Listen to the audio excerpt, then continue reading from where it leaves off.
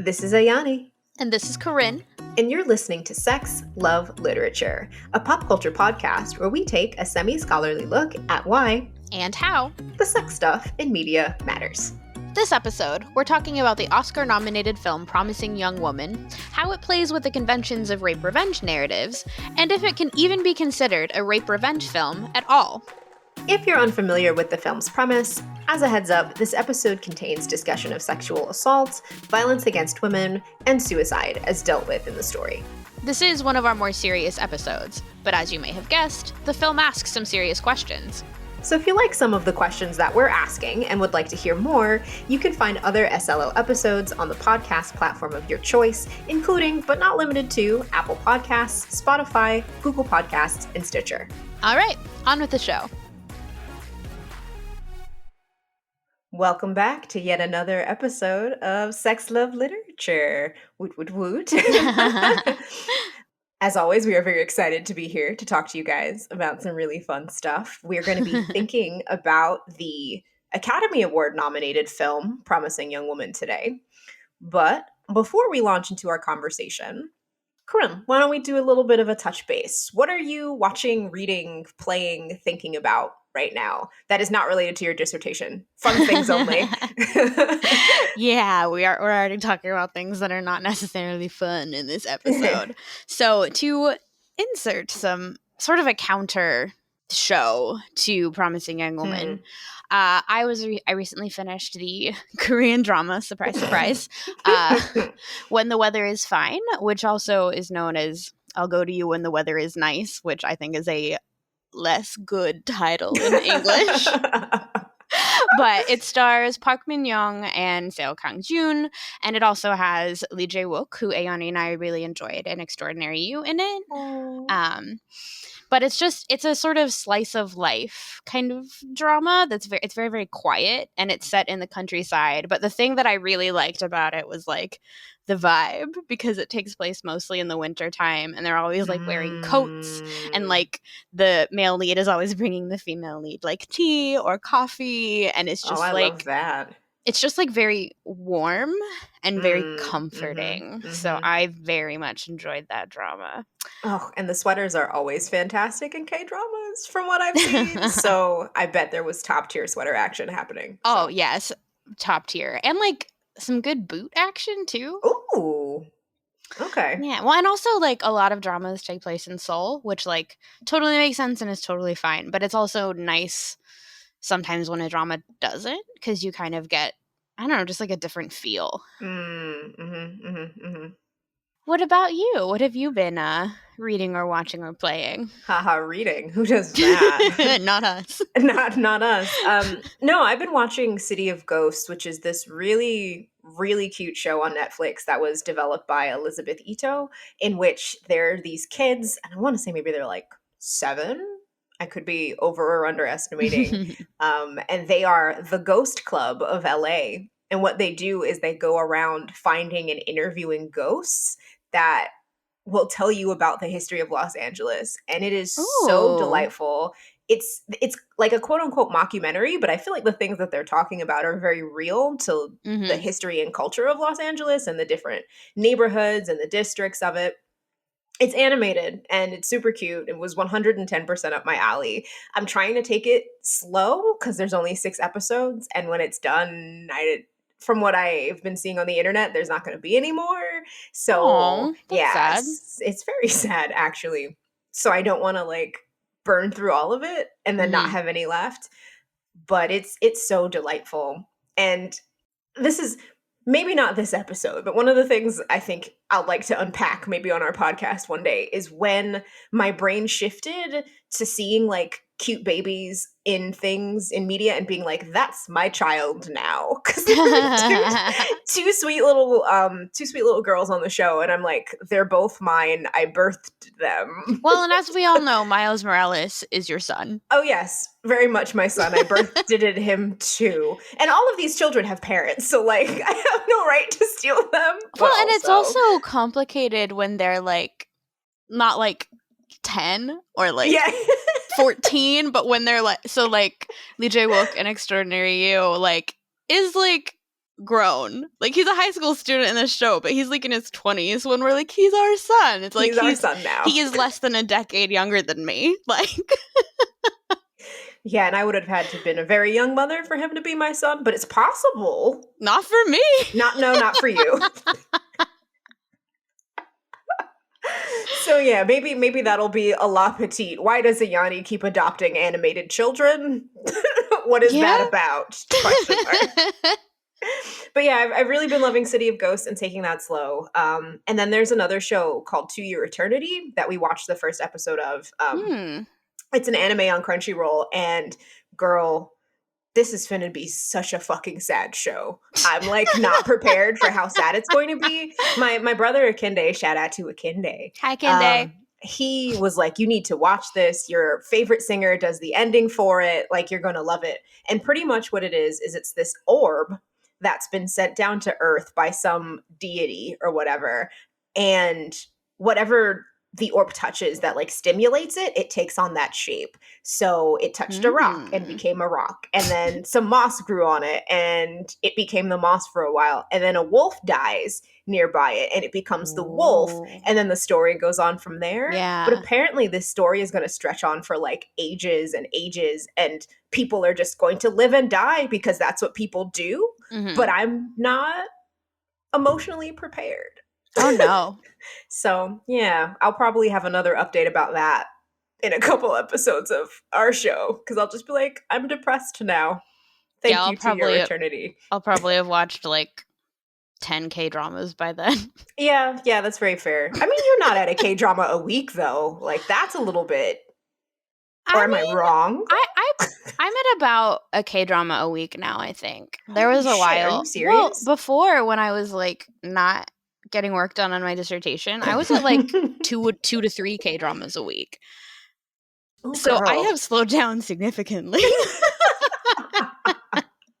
So tell our listeners, what is your current K-drama count starting in July of last year? Yeah, I started watching K-dramas like at the beginning of July. Wow, you're almost at a year of K-drama watching now. I am at 47 K-dramas. There might be a couple of C-dramas in there, and there are also a couple K-dramas I watch more than once, so I am very close to 50. I was going to say, if you watch what is that, 5 more?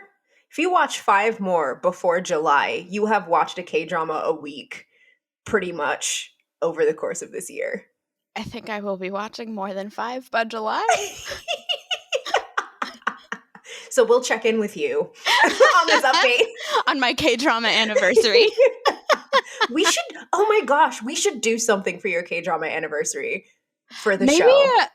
We should. Also, like, maybe we could watch, if you wanted to, because you were talking about watching Cinderella and the Four Knights. Like, after I watched it, it was my first K-drama. And I'm wondering how I would feel about it after 50-something K-dramas later, because I really liked it, and it was, like, charming and light. And I wonder if I would find it as surprising now as I did when I saw it the first time. Huh. Okay, so maybe we'll add that to our running document of like what episode will we have next. Maybe we can do a special like Corinne's favorite K-dramas. Or no, I was gonna say Corinne's K-drama anniversary, and it'll focus on Cinderella and the Four Knights or something else. I don't know. We have to think about what we're gonna do for the anniversary of our podcast too. But that's maybe. Oh, actually. To steal the conversation just for a little bit, if you've been following us on Instagram, which you should do, at Sex Love Lit on Instagram, of course. And you can also find us on Twitter and Facebook at Sex Love Lit. We're especially trying to be better at Twitter. I don't know that we are, but we're trying. We're making an effort. We do a lot of scrolling through Twitter and not a lot of posting, so that's why we're really bad at it. But on our Instagram, we have been talking about the fact that we are designing stickers for our podcast. And in exciting news, we've actually partnered. Is that a fair word to use?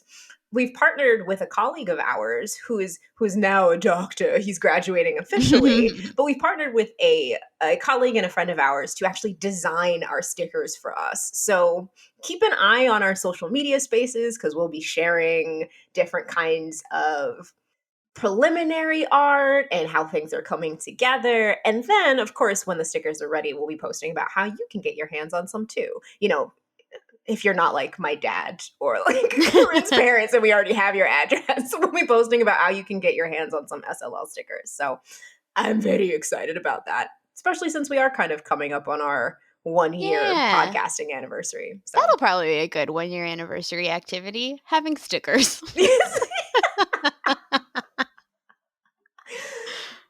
so on that note, I think we can segue into our actual podcast conversation. So, as we have said, I guess a couple times already, today we're going to be thinking about the film Promising Young Woman. Mm-hmm. So, this show is going to be a little bit different than perhaps some of our other episodes in that, one, I think this is going to be a show full of questions more Mm-hmm. than things that we have definitive feelings about. Corinne and I have had multiple conversations, both between the two of us and also with my spouse, because he watched the film with us, about our feelings on this film. And nobody has come away with really sure footing Mm-hmm. about how they feel. So rather than some of our other shows, which we have very like strong feelings about things, this I think is going to be one where we're more kind of mulling over some questions and going back and forth about places where we disagree, places where we agree but aren't even sure why we agree, and Mm-hmm. things like that. So that's just something to keep in mind as we go into this episode. And something else maybe that to keep in mind as we go into Mm-hmm. this episode, because this movie, in case you don't know much about it, deals a lot with sexual assault and violence Mm-hmm. against Mm-hmm. women and rape culture and all of those things. And because these are such difficult topics, we are going to be leaning on our academic expertise a Mm-hmm. fair Mm-hmm. bit. And when we do that, for me at least, when I'm approaching a text that is happening at a particular cultural moment, I am less interested in the question of if something is good Mm-hmm. than the question of like what is it doing? What is it Mm-hmm. trying to do? What is it Mm-hmm. succeeding in doing? What is it perhaps failing in doing? What is it doing that it didn't intend to do? Like in what ways is this film productive, I think, is a more Mm-hmm. interesting question to me than is it good? Because I don't know that I can answer whether or not it was good. Yeah. I think productive is a great way, a great word to use here in thinking about promising young woman. Mm-hmm. And again, I think our conversation will be productive, but it's hard to even be like, is this a productive film? Because that feels too stark of a question, if that makes Mm-hmm. sense. So this probably goes without saying, but this is going to be an episode that is full of spoilers. I don't think we're even going to be able to kind of separate out conversations of spoilers as we're moving through, Mm-hmm. especially when our brains start going and we're like kind of trying to piece through things or go through things. So be aware that if you have not watched Promising Young Woman and you do not want to be spoiled for what happens, you'll probably want to pause the podcast here and come back to it at another time. Mm-hmm. I will also say, though, that I went into this movie knowing how it ended, and I Mm, think that meant that I had a different experience of it than Ayani, yeah. but I don't think that it took away from my experience of the film either.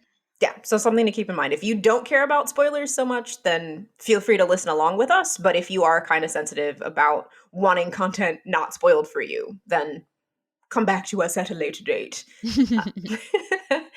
So that's kind of our preamble for this. Corinne, do you want to launch into our little bit of a show, or I guess movie summary? Yeah. So, Promising Young Woman, directed by Emerald Fennell, who some of you may know actually if you watch Call the Midwife. She plays the nurse or the midwife Patsy early on, Ooh. which I did not realize until I was listening to an interview with Emerald Fennell on NPR and was like, I recognize this woman's voice. Why is that?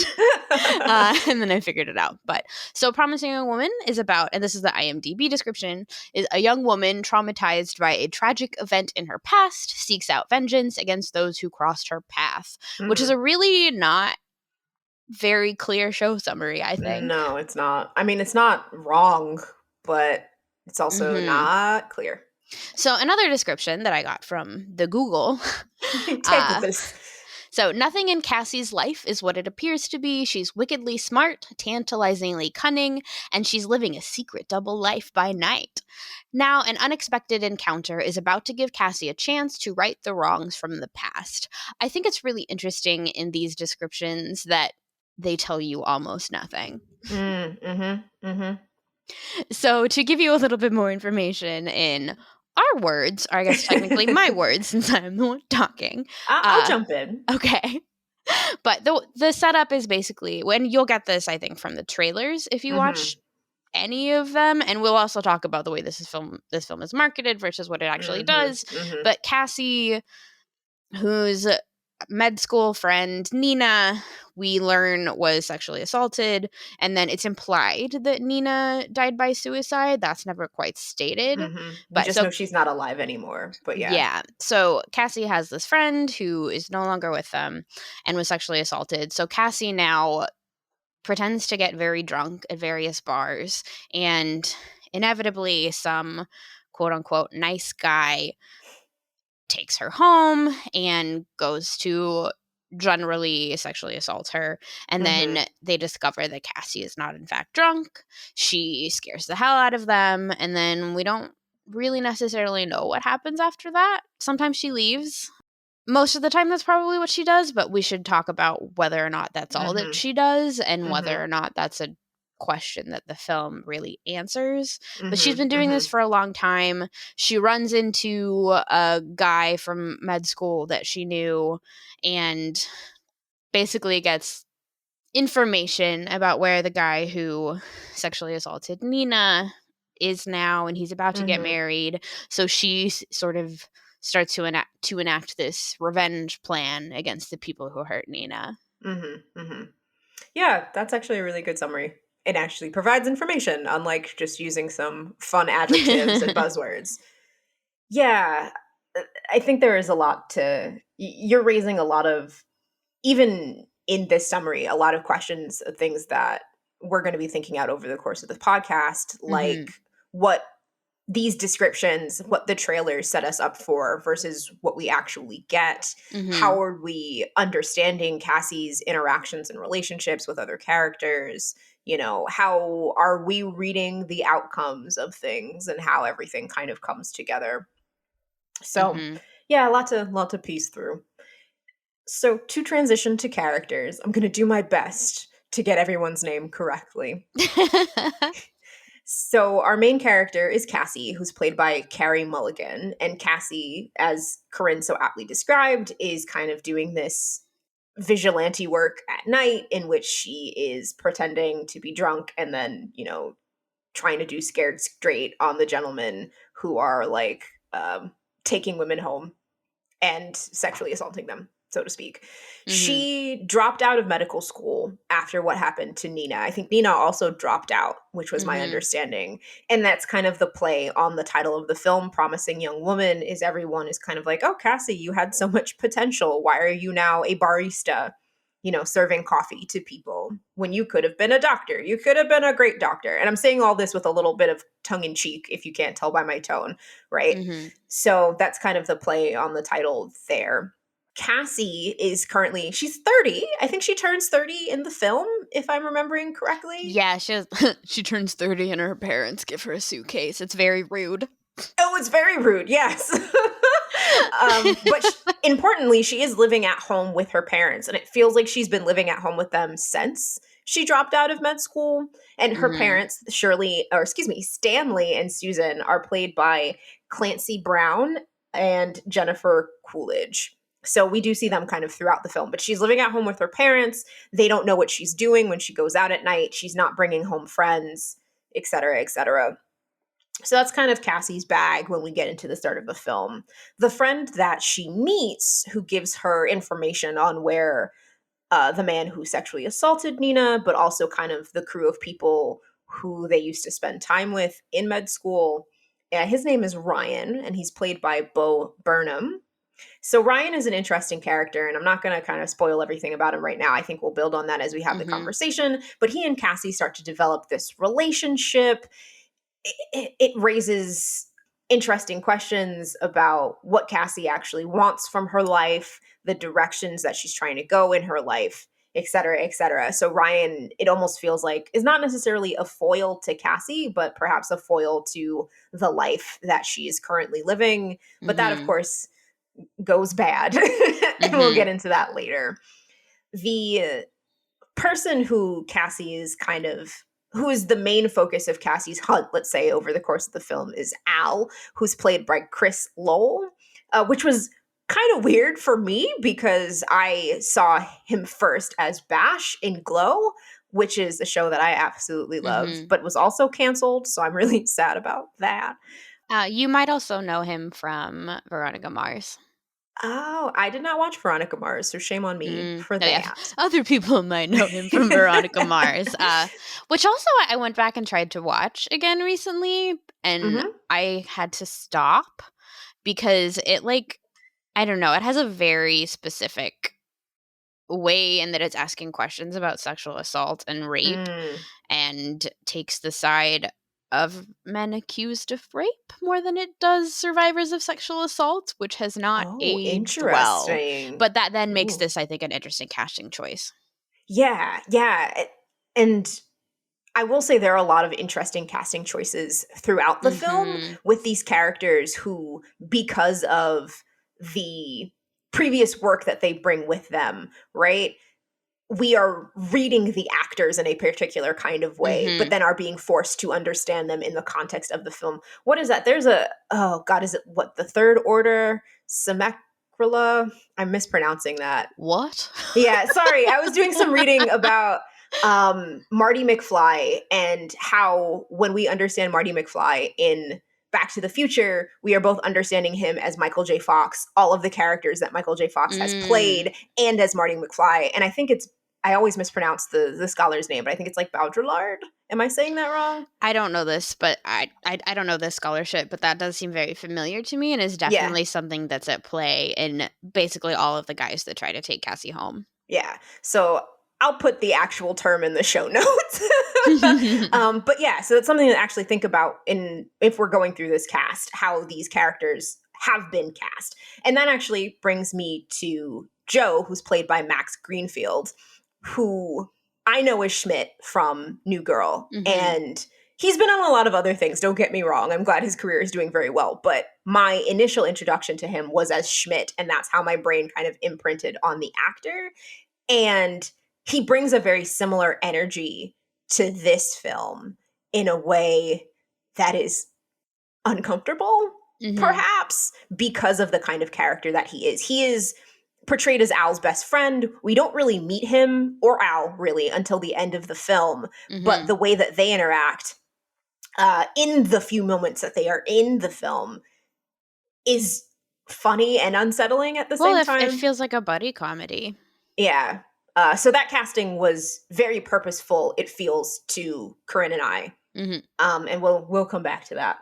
And then the last person we kind of want to introduce is Madison, who is played by Allison Brie, who is someone that Cassie and Nina used to be very close with, but did not believe Nina when she said that she was sexually assaulted. So Cassie has been kind of harboring negative feelings towards her, understandably, because she Mhm. did not believe Nina when all of these terrible things were happening. And that kind of comes back into play when Cassie is going on her revenge tour, right?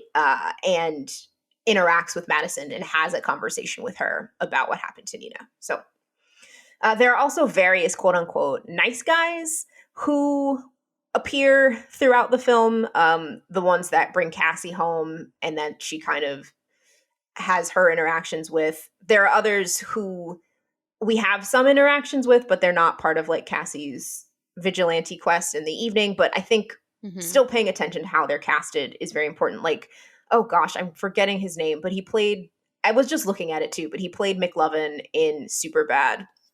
His casting and the way he was acted or way he acted felt very purposeful and kind of in line with some of the things that we were talking about. Adam Brody? No, not Adam Brody. A different one? He's the second one. I don't know. So my problem, not problem, but something that I bring to this film is that I don't watch a lot of movies like Superbad and those Mm-hmm. kinds of comedies, like, I don't know, like Revenge of the Nerds and like various things where the drunk woman as an object of conquest is played for comedy. So like when this show or when this film is playing with that trope and sort of being like, but like it's not really funny though, then I don't have the same sort of context, because I've never enjoyed those kinds of movies anyway. Like, I'm not a raunchy comedy kind of person. Surprise. Right. So I looked up his name, and I'm going to butcher it, so I am sorry in advance. But Christopher Mintz Palasi, or Palais, perhaps. But again, very deliberate casting that perhaps even though Corinne couldn't pick up on it because she wasn't familiar with his other work, felt very purposeful to me. So yeah, those are kind of the main people that we're going to be thinking about. Cassie also has a relationship with the woman that owns her coffee shop. Yeah, Cassie works at a coffee shop. She's a barista. The woman who owns it is played by Laverne Cox, and she has some excellent wigs throughout this movie. I was very into her whole look. But like, part of what's going on there is Laverne Cox's character is trying to convince Cassie to like get a better job at like further up in the company, and so she can actually afford to like move out of her parents' house and like start doing something. Because like Cassie's like, well, I don't want a different job, and then Laverne Cox's character is like, well, like, but like, do you like this job? And like the answer is like, not really, no. But yeah, so that's the cast that we're really going to be talking about. It's also important to note, part of the reason we're talking about Promising Young Woman right now is that it's up for Academy Awards. Five of them, in fact, including Best Picture, Best Director, and Best Lead Actress for Mulligan, among other nominations. So it's interesting because this has just been a very strange year for movies. If we think about 2020, I mean, we don't have to think about 2020. In fact, put it out of your mind. What 2020? That year didn't happen. But it's been a very strange year for film. And it's interesting to think about the kind of impact that a film like Promising Young Woman has or can have. And, you know, the fact that it is up for so many awards. Well, and it's also interesting because I remember the first trailer dropping a long time ago and seeing the trailer and being like, this looks really interesting. This looks like something I would be interesting because of my work, because of what I do. But then I saw spoilers, basically. Like, I think a copy of the script might have leaked and now I'm going to spoil the ending. So the way that this movie ends, Cassie is murdered by Al. Smothered. Yeah, smothered with a pillow. It's really, really terrible. But this movie then, which was marketed as this rape revenge film, takes a turn that is not one that you would expect for that kind of genre. But before we dive into that analysis, why was I bringing that up? Oh yeah, so it's a weird film in that the timing in which the trailer came out, it was maybe the last movie that some people saw in theaters before theaters shut down. Oh, it did really well at Sundance, but it's one of those films where people have had very polarized reactions to it. Like, if you look at reviews, people are either like, this is a feminist masterpiece, or this is a movie that is bad for women. Like, there are people who think both of those things, and I think perhaps they're all right. Oh, this is so complicated. But before we dive into our analysis, which is I think what we'll do next, I did want to give a few statistics from RAINN, or the Rape, Incest, and Abuse National Network. And I would also like to note that they have a hotline that you can call at any time about if you are a survivor of sexual assault, or if you know someone who is. They have a hotline you can call, and they also have an online chat that you can chat to at any time, which, you know, we live in an age of wonders. So yeah, and we'll include RAINN's phone number and a link to their website and a link to their live chat in our show notes today. But so some statistics from RAINN. Every 73 seconds, an American is sexually assaulted, and only 5 out of every 1,000 perpetrators will end up in prison. And this is something that is important to me in my work, is that 8 out of 10 rape cases are committed by someone known to the victim. So oftentimes, and now I'm going to get a little bit into the weeds of my own work, but when we think about rape, what we immediately picture is what sociologists call the, quote, real rape script. And that is what you probably immediately think of when you think of rape, which is like the stranger in the dark alley, that like you were carrying your keys so that like if that stranger shows up, you can like, I don't know, stab them with your car key, and that you try and fight them off and like yell no and try and get away. But in fact, that is not really the kind of rape that happens most often. Instead, acquaintance rape and date rape are a lot more common. And I think it's worth thinking about where in what we think of as rape Cassie's setup Mm. lies. But Really building on quickly, that, oh yeah. not to interrupt, but for some context, acquaintance rape versus date rape, are those the same thing? Are we using them in the same breath? Is it more complicated than we have time to unpack here? The short answer is a lot of scholars use them interchangeably. I Mm. think that the long answer is I think it's more complicated than that. Mm-hmm.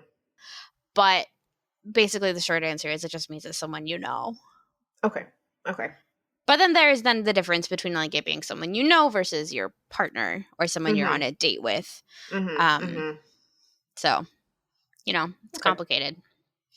But so the way that Rain defines consent, which has been a buzzword for about the last decade or so, Mm. they say that consent is an agreement between participants to engage in sexual activity. Consent should be clearly and freely communicated. A verbal and affirmative expression of consent can help both you and your partner to understand and respect each other's boundaries.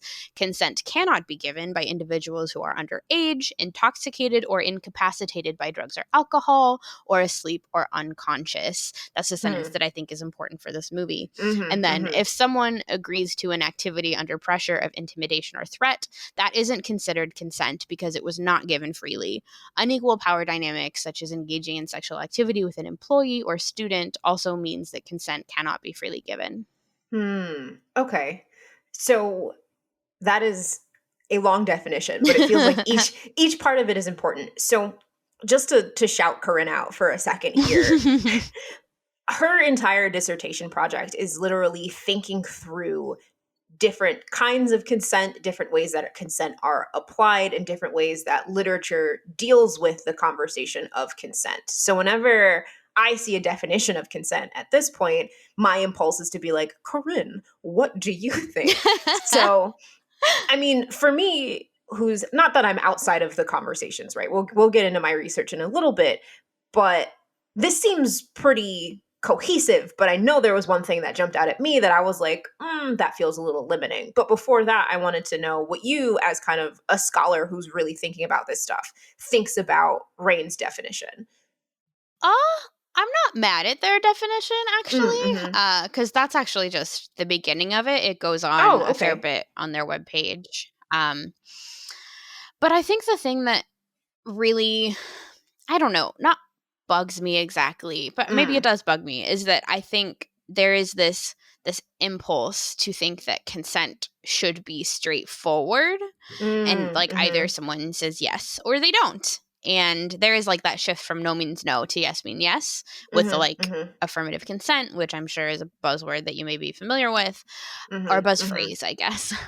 But like, But real quick, for those who aren't, oh, affirmative affirmative consent. consent is the idea that instead of saying no to something you don't like, you say yes to something you do like, and that you should say yes to each sort of successive increase in sexual Mm, activity, mm, I mm. guess. So Mhm. like just because you're okay with hugging doesn't mean you're okay with kissing, etc., etc. But even saying that, part of the problem with the way we think about consent is it's very, very transactional. So it's based Mm. on an ideology of the body and of like almost of as consent as something to be like bought or sold. Oh, interesting. Which like then if you go back to even like parental consent for like their daughter to be married and Mhm. passed off as property, like that's sort of where that idea even comes from, or Oh, at least has interesting. some of its roots. And Mhm, I think it mhm. was meant to be, so like if you go back to the early 1990s, Antioch College was like sort of the first place to have in their sexual code of conduct affirmative consent. They were a national laughing stock because of that, because they were Hmm. like there's a famous SNL skit making fun of them for it. But like I understand the sort of, I don't know, motive to shift from like it is the woman's responsibility. Well, and part of it is the problem is like it's the woman's responsibility to stop if she doesn't like it, to try and turn it into something more like affirmative and sexy and excited to be like, Mm, yes, I mm, like that. Like, yes, let's keep doing this or whatever. mm-hmm, mm-hmm, But like, mm-hmm. part of the problem is like when we have unequal power dynamics, which Right. because we live in a patriarchy, we do, uh, it often then falls on the woman in like the way we expect consent to work to be the one to say yes or no. And that shouldn't really be it. Right. Because, I mean, my understanding is that it's a two-way street because, Take, everyone should be having a good time. takes two to tango. Sometimes you can tango alone, but that's a whole nother conversation for a whole nother day. But yeah, when you were reading the definition, the one thing that kind of stood out to me, and I guess because of the context and where it's coming from, is the idea that consent is an agreement between participants to engage in sexual activity. Mm-hmm. And I think one of the things that you and I have talked about a lot is that part of the struggle with consent is that we only have these conversations in thinking about Mm-hmm. sexual activity, whereas there is so much the conversation about consent is so much larger than just what happens, quote unquote, in the bedroom, Mm-hmm. right? Again, I think this definition is constructed based on its context, which is important. But the conversation about consent is so much larger. And I've learned that from talking to you. You tinked me things. Yeah. So, sort of shifting not away from consent, but in another direction.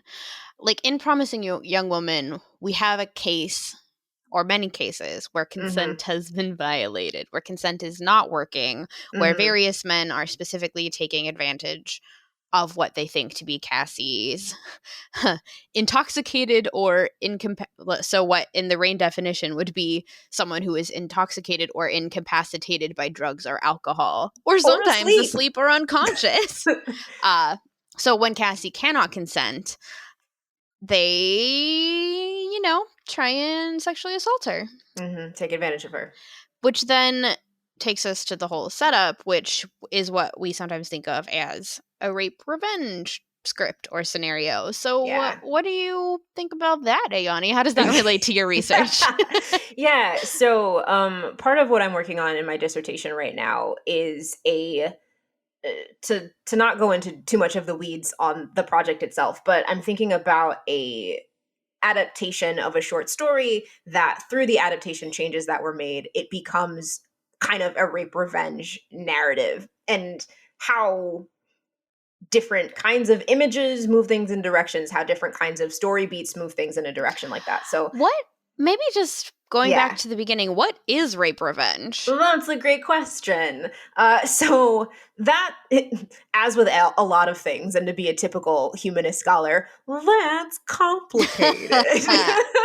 But there's a definition that Barbara Creed has in her 1993 The Monstrous Feminine book, which I use a lot in my research. Which she says, quote, usually the heroine takes revenge because either she or a friend has been raped and or murdered by a single male or a group of men. In some films, women take revenge for causes other than rape. The reason, however, is almost always linked to some form of male exploitation. So that is an older definition from 93.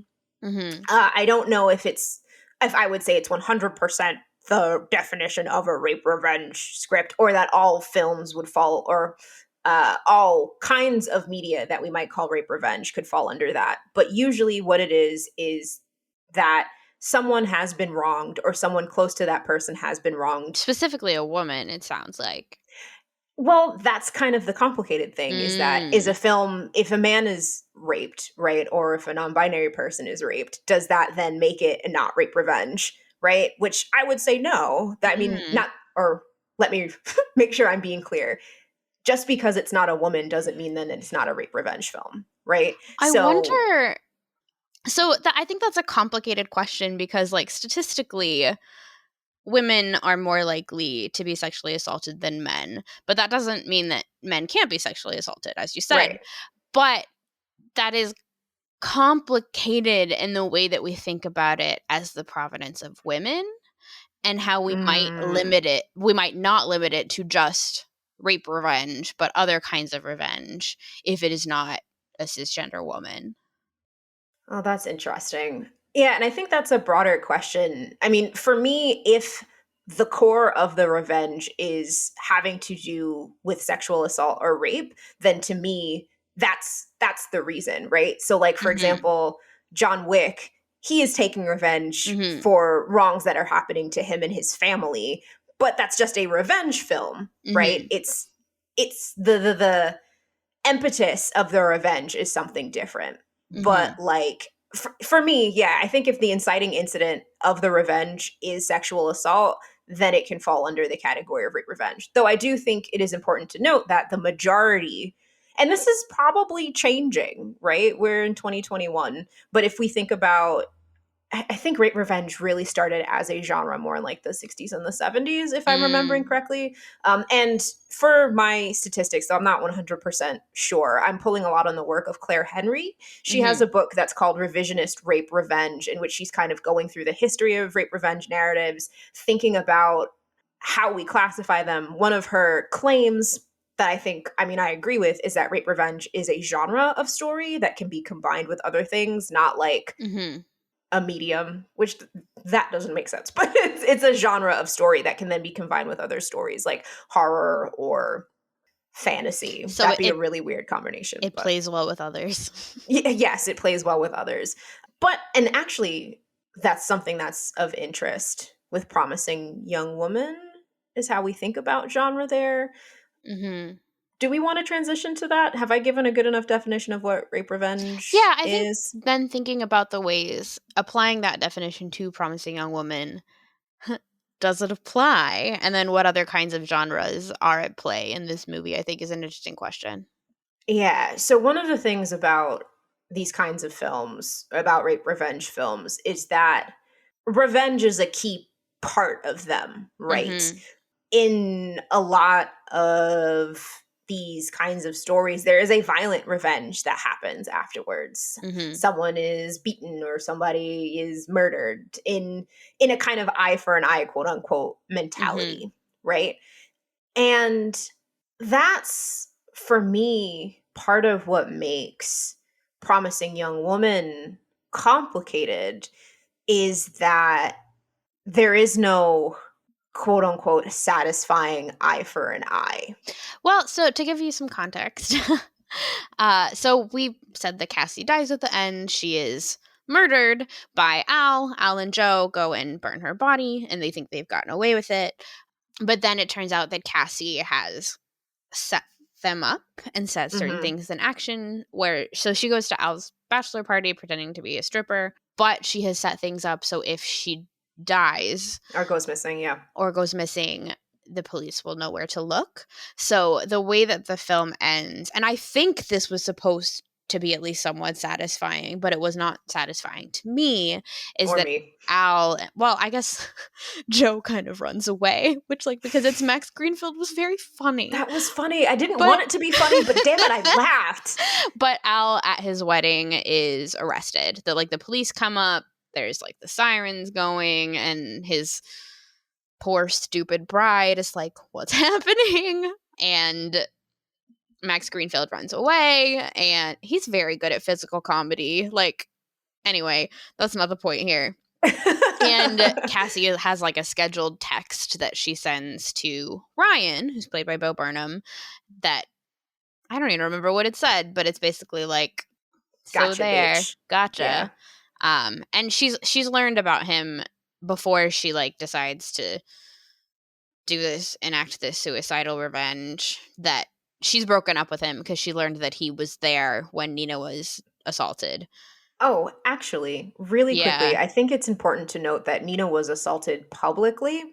From what it Mm-hmm. seems like, there were a lot of people that were there, and there was a video that was then taken and passed around after the fact. Mm-hmm. So there was literal video evidence of it, and people still blamed her Yeah, just or thought it was her didn't believe fault for that was an getting too assault. drunk. Yeah. So I think that's important context. So then this question then of is there a satisfying revenge? Supposedly, and I think the film wants us to think that Al and Joe and etc. won't get away with killing Cassie. Like they may have gotten Hmm. away with raping Nina, but they won't get away with killing Cassie because they like find the police like find her body and what's left of her body. Mm-hmm. But like for me, that wasn't satisfying because first of all, Cassie is dead now. Mm-hmm. So there's this question of like, well, what does it actually take for quote unquote justice to happen? Mm-hmm. Mm-hmm. And if the answer is both Nina and Cassie's lives, like, is that worth that? Mm-hmm. Mm-hmm. And also, and I think perhaps the film has more faith in the criminal justice system than I do. The, Especially when it comes to sexual assault and these yeah. are rich white men. What's going to happen to them? Rich, white, well-connected men. Dramatic shrug from my end. You guys can't see me, but I'm putting Mm-hmm. my hands up and I'm shrugging. So yeah, and kind of bringing that back to the idea of rape revenge. One of the things that Henry is saying about current rape revenge narratives is that a lot of what they think about is the cycle of violence and the cycle of sexual assault Mm-hmm. in these stories, that an eye for an eye might not necessarily work even if we find them to be satisfying in the moment. Mm-hmm. But I guess the thing for me that was a little troubling is that if Alan and Joe go to jail, it's for murder, right? So Mm-hmm. in a way, no one is getting any kind of comeuppance whatsoever for sexual assault happening. Mm-hmm. And since the film was in a way um billed as this kind of thriller Mm-hmm. revenge kind of story for people getting their comeuppance because of what happened to them, that's not then what I got coming Mm-hmm. away from it. And I do think it is important to differentiate between what I want to happen in real life and what I would want to happen in a fantasy situation. Mm-hmm. But yeah, I there was a disconnect for me in that it was kind of like, okay, no one's actually getting their comeuppance really for what happened to Nina. If anyone goes to jail or quote unquote gets, there's justice, right? Because, well, jail and policing and all that is a larger conversation, right? But Mm-hmm. it's for murder. And I do think it's interesting the fact that sexual assault, rape, and murder are often so closely linked.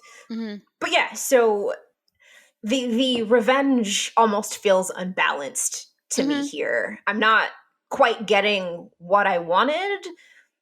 And I mean, I guess that's okay in a way because this is a film then that we can have conversations about and we can have talks about. Mm-hmm. But I do think it's fair to say that it was unsatisfying. I think especially because if I'm coming to a rape revenge film, it's for escapism because of how Mm-hmm. often sexual assault is unpunished in any Mm-hmm. context, so for it then even in this film to go unpunished is like an extra blow. And as you were saying, the price of any kind of comeuppance is Nina and Cassie's death. Mm-hmm. So Well, yeah. and then I think that then raises the question, and maybe I do have an answer, but of whether this is really a rape revenge film at all, or sort Mm, of pointing out the limitations of rape revenge films and, I don't know, projects, like aesthetic projects at least, in mhm, the mhm, first place. Because I do think it is, and maybe we should also talk about how this is at work in other ways. Like, it is a bit of a bait and switch, that like it is oh yeah, presented as this sort of rape revenge thriller that you think will be satisfying, and then it turns out to not be that. And that is mhm, constantly mhm, happening, I think, as you pointed out in a conversation before the podcast, with like the way that Cassie is even enacting her revenge, yeah, and so much of what she's doing, I might add, like, there does come a point after she runs into Ryan, the Bo Burnham character, that like reminds her of med school and like of everything that happened, and sort of yeah, brings her back into the specifics of that. But she's kind of been mhm, flailing wildly almost in this way that she mm, spends her evenings. Like, she's just looking for men who do this, not a particular man, not mhm, someone that she mhm, knows has done this in the past, but just like the guy who will do it tonight. And there always is mm. one. Mhm. Mhm. But then with the bait and switch, we don't really know what she does to them besides perhaps scare them a little bit. Yeah, so that was one thing that I had weird feelings about throughout the film is how things were set up constantly as bait and switches, right? Mhm. So after she takes the first guy home, the first thing that we see, the first or this yeah, the first sequence directly after that is her eating a hot dog with ketchup like splashed all over her. So there is this direct sort of connotation that we're supposed to be making between the interaction that she had with this first dude and violence, Mhm. right? But more like I've murked you violence, not like I've been assaulted violence, if that makes sense. Mhm. Yeah, where it seems like she is the one who had the power. But also this is complicated because so like that Right. whole sequence, she's like pretending, I think that's the one where she's pretending to be like a drunk businesswoman. She's Yeah, wearing office like a lady. Hmm. suit and she like keeps being like, "What are you doing?" But saying Hmm. it like she's Hmm. very drunk. And then the switch that happens is she's like, "What are you doing?" And she like it becomes very clear that she's sober. And I think this is part of why it sits so uncomfortably is that like this man is surprised. This man thought she Sure. was too drunk Hmm. and that he could do whatever he wanted. But even so, she's smaller than him. He's bigger than her. What really does she have the power to do here besides make him surprised and maybe feel a little bit bad? Well, and that's kind of the question, right? Because from the next scene that we have with her with the hot dog, my thought process was that she brought weapons or like she Mhm. was prepared to do some real physical damage, right? Like, and this is going a little off, but like she could be a trained martial artist. We don't know. You know what I Mhm. mean? This is at the very beginning of the film in which we are being introduced to her as a character. So Mhm. for me, I was not necessarily over analyzing the fact that, he was bigger than her, right? But I was more like, oh, she's a serial killer and she murked that man. I wasn't quite sure how she did it, but I was like, maybe she had a kitchen knife or maybe she's got a scalpel. She did go to medical school, so I don't know, but he dead and this ketchup is the evidence. But thinking back to bait and switch, when she brings home another person, we see a more Or rather when he brings her home. Oh, right. I'm sorry, you're right. When another person brings her home, we see kind of a longer stint of the interaction, and she does the switch again where she shows or reveals that she's really sober, and she kind of just dresses him down with language Mhm. and is like, "Don't do this again." In more words, right? But it's pretty much like, shame on you. You shouldn't do this kind of thing. It's bad and you're not as nice as you think as you are. And then she leaves, Mhm. right? So my interpretation is that that's how we are supposed to understand the interactions that she has with these men. The Mhm. ketchup was just a play to make us think that something more violent was happening, but that's not actually what was happening, which I know you have a different kind of take on. But for me, we never actually see her enacting, quote unquote, any kind of revenge violence. And I And the think only times we see it is when she like leaves. I think that and I think that's a fair interpretation, and I think I perhaps am reading that there is more room for doubt here, Mm, and that hmm. because we don't see it, and she has this book that is full of names, that like we don't know how far she goes every time. And I'm sort of thinking as well of like the time honored tradition in young adult fiction of in like sort of more normal sex scenes where they are left off screen. They don't describe what happens, but you can then read however much into the off screen time that you want. And the reason this is used a lot of the time in children's and young adult literature is they don't want to be too explicit and they want to leave the amount that happens up to the imagination of the reader as to how much they can Mm. imagine and like how much they know about sex. And I think this film maybe I don't know. I think part of the reason it's so uncomfortable is we don't know exactly how much happens and we just don't know. And I do hear what you're saying, kind of thinking about it with young adult fiction. But I guess for me, what it is that they are very explicit in what happens in this one instance. If it was always left to our imaginations, then I think I would be willing to give more leeway. But when she interacts with the third guy, who was friends with the first man, we The second one, I think. no, with the first, with Adam Brody, the third guy with the fedora. So there's a sequence for some context where she actually runs into Ryan while she's doing one of Mm-hmm. her sting operations. She had kind of lied to Ryan and say that she was going to either stay home that night or she had other plans or whatever. They were supposed to But have a date night, and she they were bails. supposed to have a date night. But he runs into her pretending to be drunk on the arm of some other man, and that leads Mm-hmm. to a confrontation. And that man that she's taking home remembers her from the first sequence of the film and was like, "Oh, you're that woman that brought my homeboy home. That's right. You pretend to be drunk and then you blah, blah, blah, blah, blah." Right? So we have two instances that they explicitly mention in the film of her going home with men and them not dying. So Mm-hmm. for me, there's a pattern that's being established that my human brain is like a pattern, because that's what our brains do. So for me, if they wanted it to be implied that she was perhaps doing physical harm to these guys, there would be more gray area. But they explicitly state it twice, both by showing us what happens and then through the mouth of another character. But that's just my interpretation. Yeah. I mean, I don't think you're wrong. I just think it is a movie that doesn't like to answer questions all the way, so you never quite Mm, know. that's very fair. So in that vein, we've kind of been sitting with the rape revenge conversation for a little bit. I did want to kind of bring up one of the things that we were interested in kind of thinking about, and then I think we'll scoot along from this, is where does this story fit as terms of genre, right? Because Mm-hmm. we're both, as you can see through our conversation, not convinced that it's strictly rape revenge. But then we're like, okay, is it a dark comedy?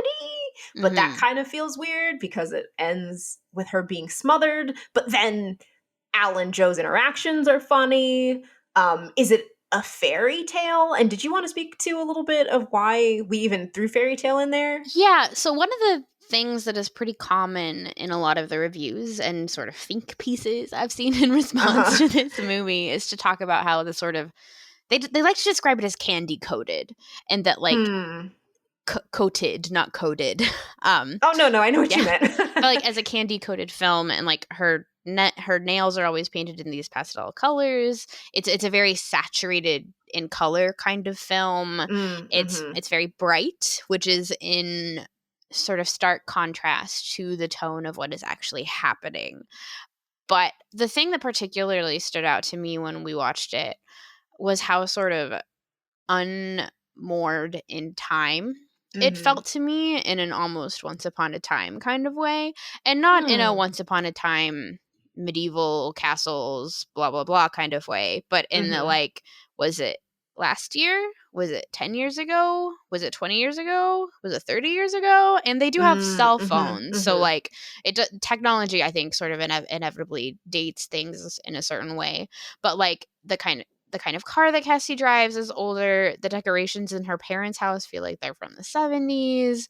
And there's just different things all sort of jumbled together that doesn't feel like it is dated in a specific Mm-hmm. kind of way, and more like they threw a bunch of stuff in from various periods, and then Mm-hmm. this movie came out, so that like it's never enough to be like beyond the realm of possibility that like Cassie drives an old car. But like when you put them all together, it's like, Yep. when are we? Yeah. When are we supposed to be? Even her costuming is a little anachronistic because Mhm. it's not out of style. Like there's a lot of things that she wore that I was like, oh, I'd wear that, but Mhm. it's hard. It didn't feel like it fit in current fashion, but also didn't feel like it was necessarily 90s fashion. It was Yeah, a weird kind of, yeah. and even like the fonts for the like the pharmacy that they go to, like it reminded me of Albertsons in the 90s from like my childhood. Like Mm-hmm. the different kinds of like branding on the different stores. It's like, I don't know when this is. Yeah, so that gives it this kind of weird, unmoored feeling, as you said, that we're kind of floating in time And in a it's way. subtle enough that I think that it's not going to be the kind of thing, unless you're a weirdo like me, that you're necessarily going to consciously pick up on, but I think would be enough to just make you feel off balance, maybe.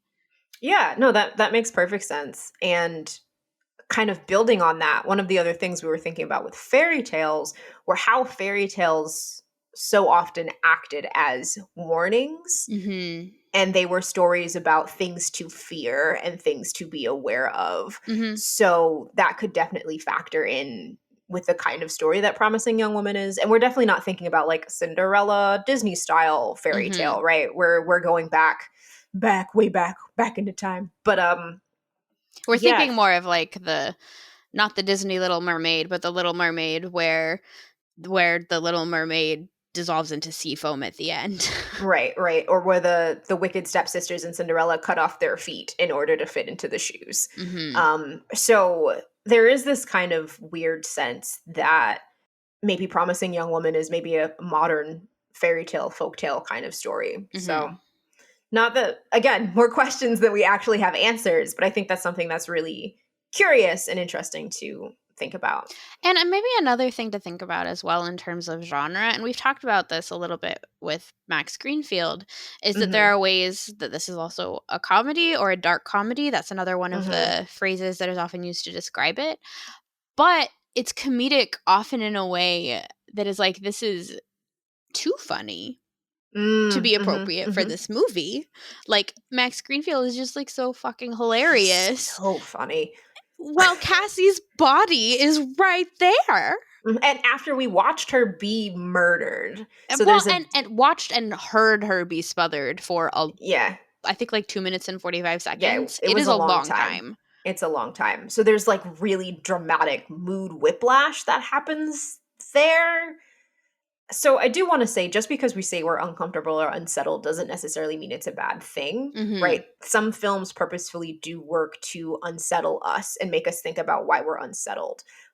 That said, there's something to be said about the fact that that mood whiplash was so very unsettling. And even if it was purposeful, what do we gain from it Mhm. as an audience?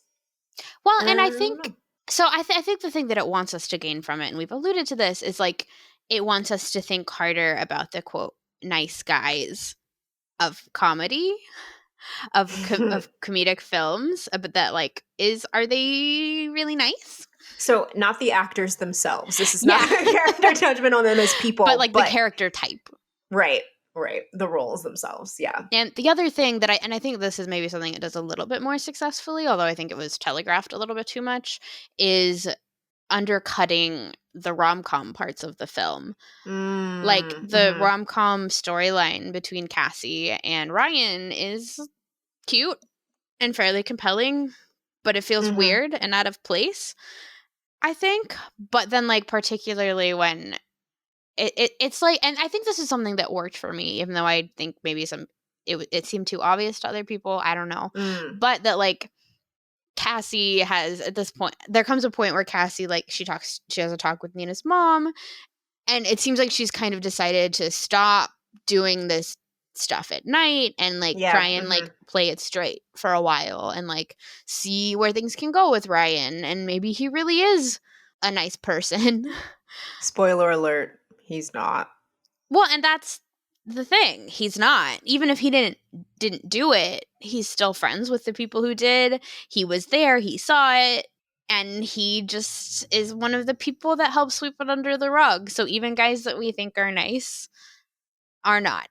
And honestly, the thing for me that made it the worst is when she goes missing and the cops come, he lies about Yeah. knowing that she came to see him. And that's the part that really pushed it over for me because I'm like, not that what he did is not reprehensible, right? To Mhm. watch what happened to Nina, but there's an extra layer of like, oh, you really are scum, right? When they're like, she's missing, and he's like, oh, I haven't seen her. It's like, motherfucker, you know exactly where she went. Mhm. And what you're doing is just covering for Al and everybody else. Because I guarantee you he put two and two together to Oh figure out yeah. some kind of shit He happened. totally fucking knew.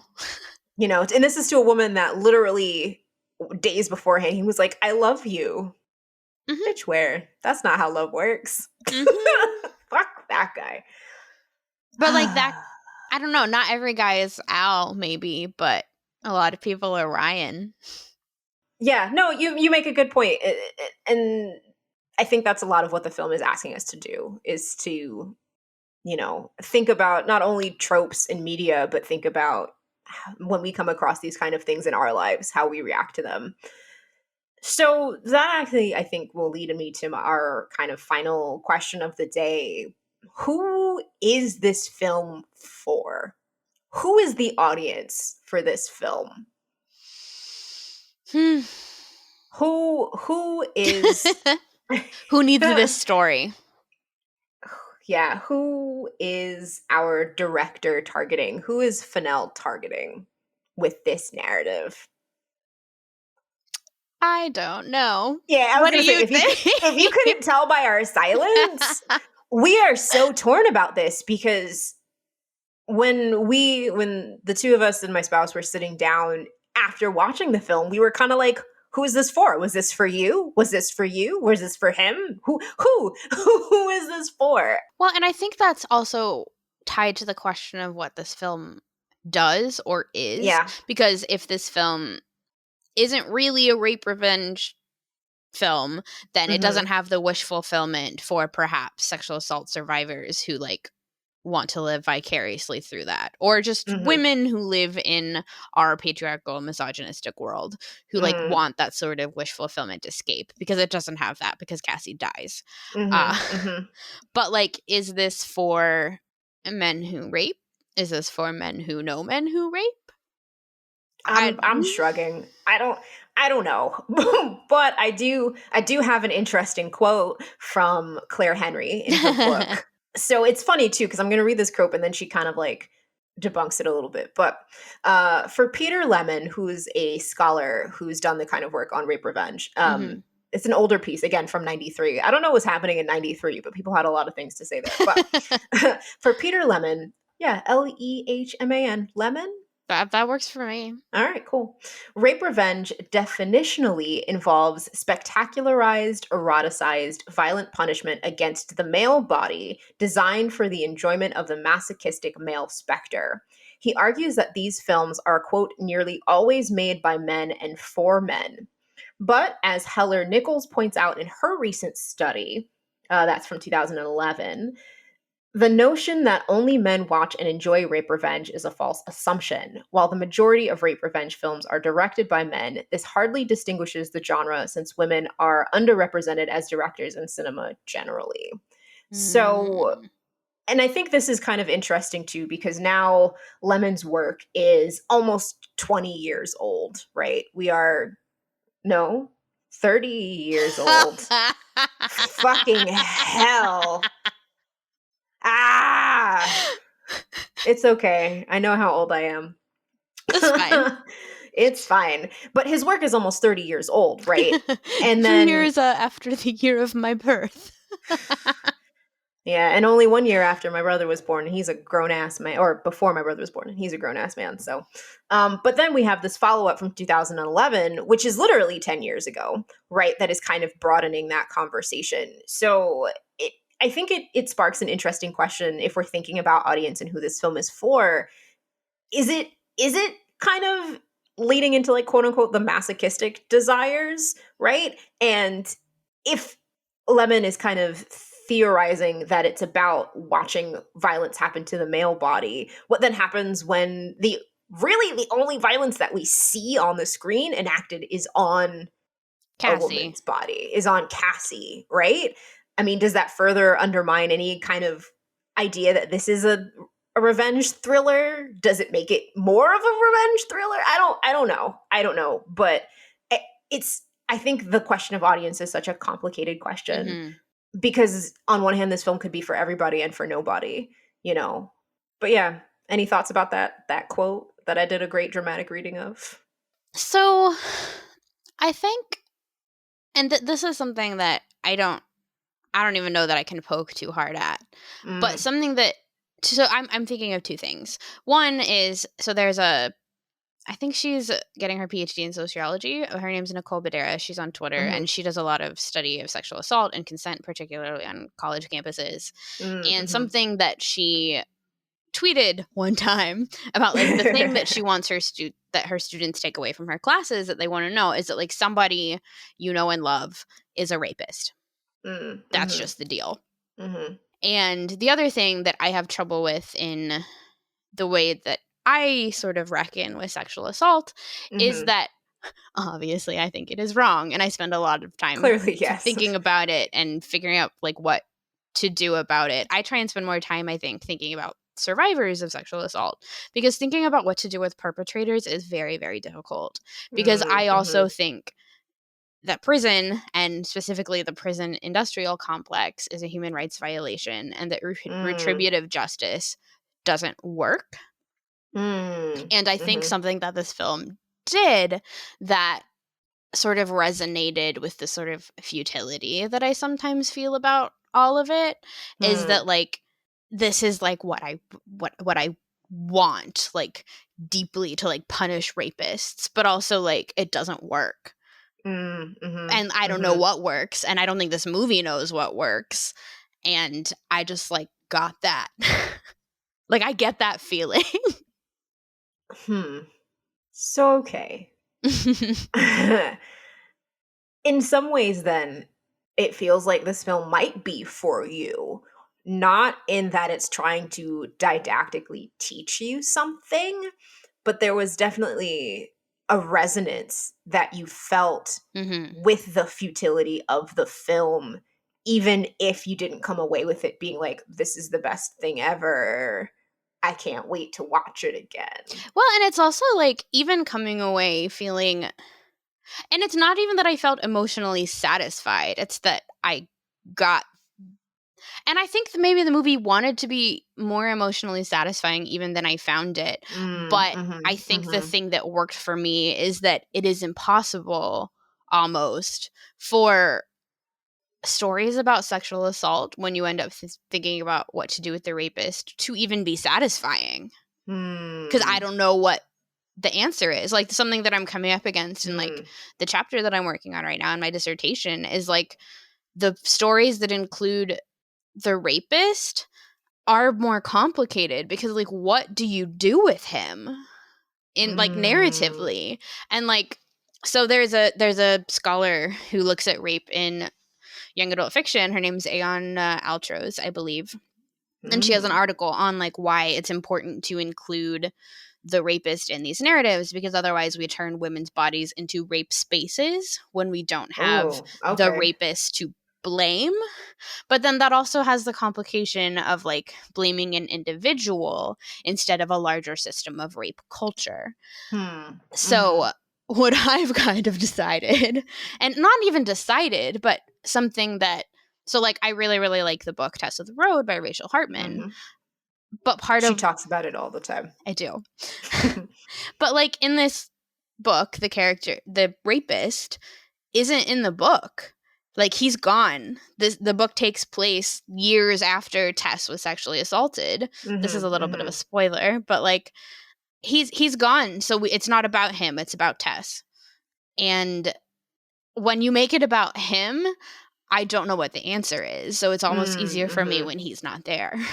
Mm, mhm, mhm. Yeah, this shit is complicated, bro. So, to kinda, because 'cause we're running a little long here, as sometimes we are wont to do. Maybe a good final, really truly final question to ask. And I think you've kind of answered this, but like, were we satisfied coming away from this? Like, what are Hmm. our final thoughts? Like, we both do appreciate that there's a lot happening in Hmm. this film and that there's a lot worth discussing. But you know what? Oddly, it kind of makes me think about my reaction to the film Sorry to Bother You, which I know you didn't see, Mm-mm. right? Which was a really good film that, or, well, it was a good film that came out a couple years ago. But, and not to spoil it for people, but one of the things about Sorry to Bother You is that it takes a very dramatic shift towards the middle of the film that I personally had a very bad reaction to, that I didn't know Mhm. was coming. But then for the rest of the film, I was kind of having a physical reaction in which I shook literally for the rest of the film. So while it was asking interesting questions, the way that it was delivered just literally physically did not work for me. Mhm. And so I have a hard time recommending that film to people, because even though there are a lot of interesting, intelligent questions that are being asked and thinking about race and identity and human existence, right? I just, it sat poorly for me. Mhm. So I think I come away from Promising Young Woman with almost a similar feeling. Like, I didn't have the same visceral reaction to the film, but I think it's asking interesting questions. I think it's doing interesting work, but I mean, I guess on one hand, we're kind of like not recommending it through doing it in a podcast, but are engaging in conversation, saying that it's Mhm. worthy of conversation. But it's not one that I'm necessarily going to tell everybody that they need to go and see, or that it left a positive impact on me, Mhm. you know? Yeah, I do. Well, and I think maybe where it I think I found it maybe more satisfying than you did. I think I definitely found it more satisfying than Andrew did. Mhm. But again, I'm kind of in a place where this is not this is perhaps I definitely understand the problems people have with this movie, and I think this movie does Mhm. have problems. Like, I think watching Cassie die for that long is a problem. I think it's a problem that the quote unquote revenge she takes against the women who sort of enable Al to get away with sexually assaulting Nina is more potent than the revenge she takes Oh, on the men. yeah, really quickly, that was one of the things that sat very strangely with me. Mhm. Alison Brie's character, whose name I am forgetting, so I'm going to scroll up our Madison. document. Madison. So, what she does with Madison is she takes her out to a restaurant, pretty much gets her drunk, and they have a conversation. Or Madison's drinking, so she gets drunk on her own, but she thinks it's a mutual, everyone's It drinking. is Cassie's not again a actually case drinking. where Cassie is pretending to be much drunker than she is. Right, exactly. And they kind of have a conversation about what happened to Nina, and Madison kind of is she slut shames and is like, well, Mhm. one, she got around a lot, so how can I take her seriously in that moment, kind of a thing. But then also they're very much like, oh well, she shouldn't have been drinking or whatever. Mhm. So then what Cassie does is she hires a man to take Madison. Madison back to a hotel room, and has her think for a very long period of time that she might have been sexually assaulted, as a way to quote unquote teach her a lesson, Mhm. right? And again, this is one of those situations where it's a bait and switch, because we also don't know what happens. But then when Madison finally catches up with Cassie at her house, Cassie says, "Oh, he just watched you while you slept. Nothing happened." Right?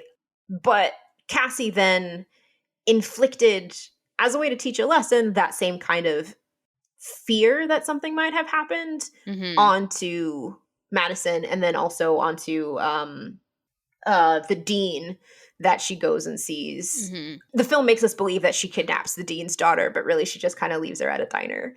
And she tells the dean that her daughter is off being potentially sexually assaulted by Mhm. Well, boys in a she room. tells her that she dropped her daughter off at the same room where Nina was Yeah. assaulted. So I think it's like implied that it's either at a frat house or in like a place where frat guys live. Yeah. And there's also the implication that alcohol is involved. Mhm. Yeah. It uses the threat of sexual assault against these women in order to be like, see, you should have believed Nina. Mhm. But I don't know, that felt that felt weird to me.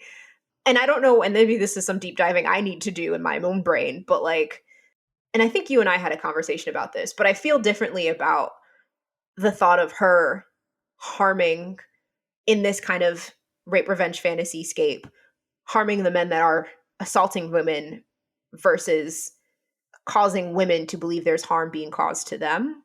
Well, and Maybe that's something I need to unpack for myself, but there also then I think is for me I have different kinds of vitriol, I think, for men who rape and women who enable men to rape, because I don't know, like I feel like I should be able to like trust women and rely on women to have my back. And like there's Mm, like almost an extra level of betrayal for me when women don't. mm. And it's like I already perhaps expect the worst of men. So like Oh, Corinne. I mean, I'm being a little bit facetious here, so I'm exaggerating for the sake of accuracy, but it's like the level of betrayal from women who should get it and don't Mm, mhm, pisses me mhm. off. Mm, mhm, mhm, And I don't mhm. think that's fair of me. I don't necessarily even think it's rational, but that is like how I emotionally respond to that. Mm. But yeah, sorry, you were talking about problems in the film, and we Yeah. didn't get a chance to talk about that. And I just remember that like I was aghast that Cassie would set someone else up to be sexually assaulted. So it makes sense that it was a bait and switch, but then I was also like, why would you want me to think that way as the audience for like Mhm. a half an hour, you know? Well, and I think so I guess acknowledging that this film, I think, does have some deep problems, including violence against women Mhm. and the way that it depicts it, and also including like perhaps too much trust in the legal system, and different problems like that, and also I don't know, maybe some editing. There are plenty of things about it that I completely understand why people are taking issue with. Mhm. But Mhm. there were enough moments of emotional resonance for me that at the end of Mm, it, I'm mhm. like, yep, I got it. That worked. Okay. Well, cool. Did we have any last thoughts? Any last reactions to Promising Young Woman? I think the kind of maybe to wrap it up, I might talk about the use of the soundtrack. Oh, Uh, sure. Yeah. Rock out. so like it, and this they have this in the trailer. Like this movie has a lot of really, it has a really interesting soundtrack. Like that is something I think that people are rightfully taking notice of. So like there's that the violin riff from Toxic. By Britney Spears that Mm-hmm. they have in the Mm-hmm. trailer. So Mm-hmm. it has a lot of moments like that. But a moment that particularly stood out to me is they play. So in the scene when Al and Joe have taken Cassie's body out to burn it and basically get away with murder, they play the song Something Wonderful from The King and I, which is a musical by Rodgers and Hammerstein. And it's a musical that I grew up really liking, actually, but it Huh. is super, I think, problematic now that I think about it, especially like in terms of colonialism and Orientalism and a Mm-hmm. lot of Mm-hmm. things. But this particular song, the song serves as the King of Siam's wife's apology for his bad behavior. So apologizing for the bad behavior of a man to be like basically saying like, well, like he may do things that are bad, but like he still does such great things that remind you of how good he is and how much potential he has. So they play Mm. this song that is about why we should forgive men while Al and Joe are literally burning Cassie's body. And so like I'm going to read some of the lyrics. Please. um, I'm not going to sing them because, in addition to not being a good singer, I think that would be a copyright violation. But the lyrics are like, this is a man who thinks with his heart. His heart is not always wise. This is a man who stumbles and falls, but this is a man who tries. This is a man you'll forgive and help and protect as long as you live. And just like that feeling. So, like, it maybe is also helpful to think about this title, Promising a Woman, is also a Mm-hmm. reference to the judge who referred to Brock Turner, who sexually Mm-hmm. assaulted Mm-hmm. Chanel Miller, as like a promising young man Mm-hmm. who has Mm-hmm. so much potential, who you So will much life. forgive and help and protect as long as you live. And this like romantic song from this musical that is, I think, most of the time read pretty straight, being used in this context just like really Mm-hmm. hit for me in a way that I don't know, it just worked, and like I got it. And it's like this is Yeah. how that feels. Yeah, it's funny because I had never seen or watched The King and I, so that was not a reference that I caught. So when you called it out and were like, "Hey, these are the lyrics," I was like, "Oh shit, okay." So yeah, there's a lot of layers of emotional resonance, I think, in a lot of these scenes and sequences that are important to acknowledge, even as we kind of walk through some of our complicated feelings. Mm-hmm. Well, excellent. I think that is all that we have to say today about Promising Young Woman. As you can see, even at the end of this, I still feel like I have more questions than answers, Mm-hmm. but I do kind of appreciate the fact that we had this conversation because, I mean, not to just like big you up on our own podcast, that might be a little self aggrandizing, but like I think you have a lot of interesting insight when it comes to these kinds of stories. So having this conversation with you, I think, broadens my understanding of what Promising Young Woman was trying to do, Mm-hmm. and perhaps allows me to be a bit more open in my own feelings coming away from the film, even if I don't come away from it still being like, this is the best thing ever. Oh no, I would not make that I argument. I do think there is a lot worth talking about. So yeah, thanks to you for existing and being my podcast co-host here. You're welcome. Yeah. But if you being our listeners have any further like thoughts or answers or questions about Promising Young Woman or anything we said about it, we would love to hear from you. Yeah, so I mean, y'all know where you can find us, but if for some reason you are forgetting, we are on Instagram, Facebook, and Twitter at Sex Love Lit, and you can send us messages and leave comments on posts and things like Mm-hmm. that as a way to get to us. We also have a Gmail if you want to just send us emails, sexloveliterature@gmail.com. And yeah, if you like what you heard here today, please, please, please, please share this episode with your friends, with your networks, with people who might have similar or very different feelings about Mm-hmm. Promising Young Women. And if you'd like to hear more content from us, you can always subscribe on your favorite listening platform of choice, which I think would be an excellent decision for you to do because our next episode that we have coming up is very, very, very, very special. We're going to keep it a little close to the vest for now, but watch our socials for more information about what we have coming up next time. So, this was a little bit more of a sobering episode of Sex Love Mm-hmm. Lit. Not all sexy time conversations can be fun, I suppose. Yeah. But we'll hopefully try to keep it a little lighter for our next go round. But yeah. But as always, this has been Sex Love Literature. Thank you for listening, and we'll see you next time. Bye. Bye.